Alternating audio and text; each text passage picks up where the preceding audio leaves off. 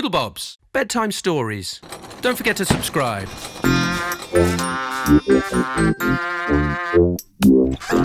This is a story all about Nigel. And yes, he's a napkin. Is it a bird? Is it a bee?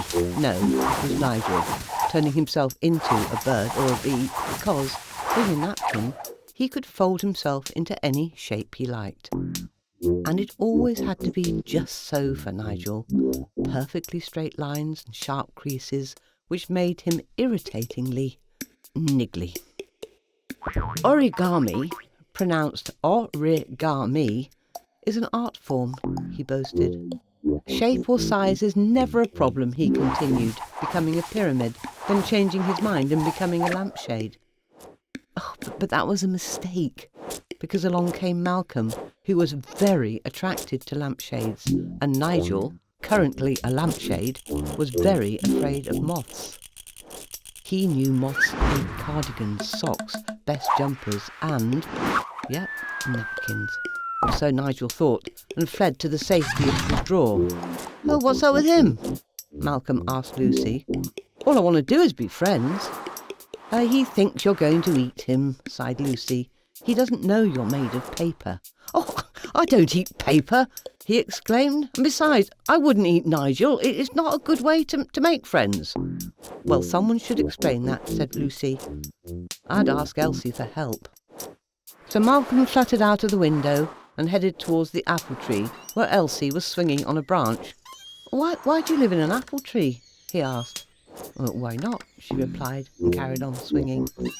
"It's not everyone's choice, but I like swinging, so what better place?" "Have you come to join me?"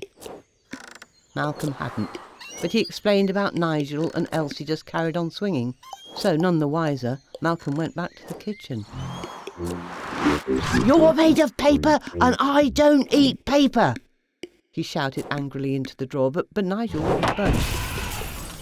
"Oh, he's quite right," said Elsie, gliding in through the window, and deftly opening the drawer with her long blue trunk, she picked Nigel up and took him back to the apple tree. "I could do with some company," she said. "Can you make yourself into an elephant?" "Easy," said Nigel, and did just that. He made himself into an elephant. "Have you come to eat me?" said Elsie when Malcolm arrived. "Or have you come to eat me?" echoed Nigel. "No, I haven't come to eat either of you," replied Malcolm. "Everyone knows you can't eat an elephant, let alone two of them." "There you are. There's your solution. Stay as an elephant," advised Elsie. So Nigel safely trotted back to the kitchen with his new friend Malcolm. "Oh, I can turn myself into just about anything," he chattered. You just name it." A cardigan?" suggested Malcolm slowly. "Easy peasy," replied Nigel, and became a nice blue one. Now that wasn't a very wise thing for Nigel to do. Do you happen to know the story about the scorpion and the frog?" asked Malcolm, moving closer.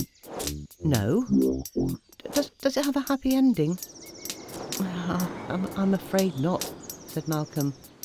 "You see, the scorpion needed to cross the river and, well, to cut a long story short, the frog eventually agreed, but was afraid the scorpion would sting him." "And did he? Did the scorpion sting the frog?" "Oh, yes, good and proper. But why?" "Because it was in his nature," sighed Elsie in passing. "And unfortunately for you, it's in Malcolm's nature to eat cardigans. Even paper ones." "I wish I'd stayed as I was," said Nigel glumly, as he became Malcolm's lunch. "He wouldn't have eaten an elephant." Poor Nigel. It's a good job he's got a twin brother.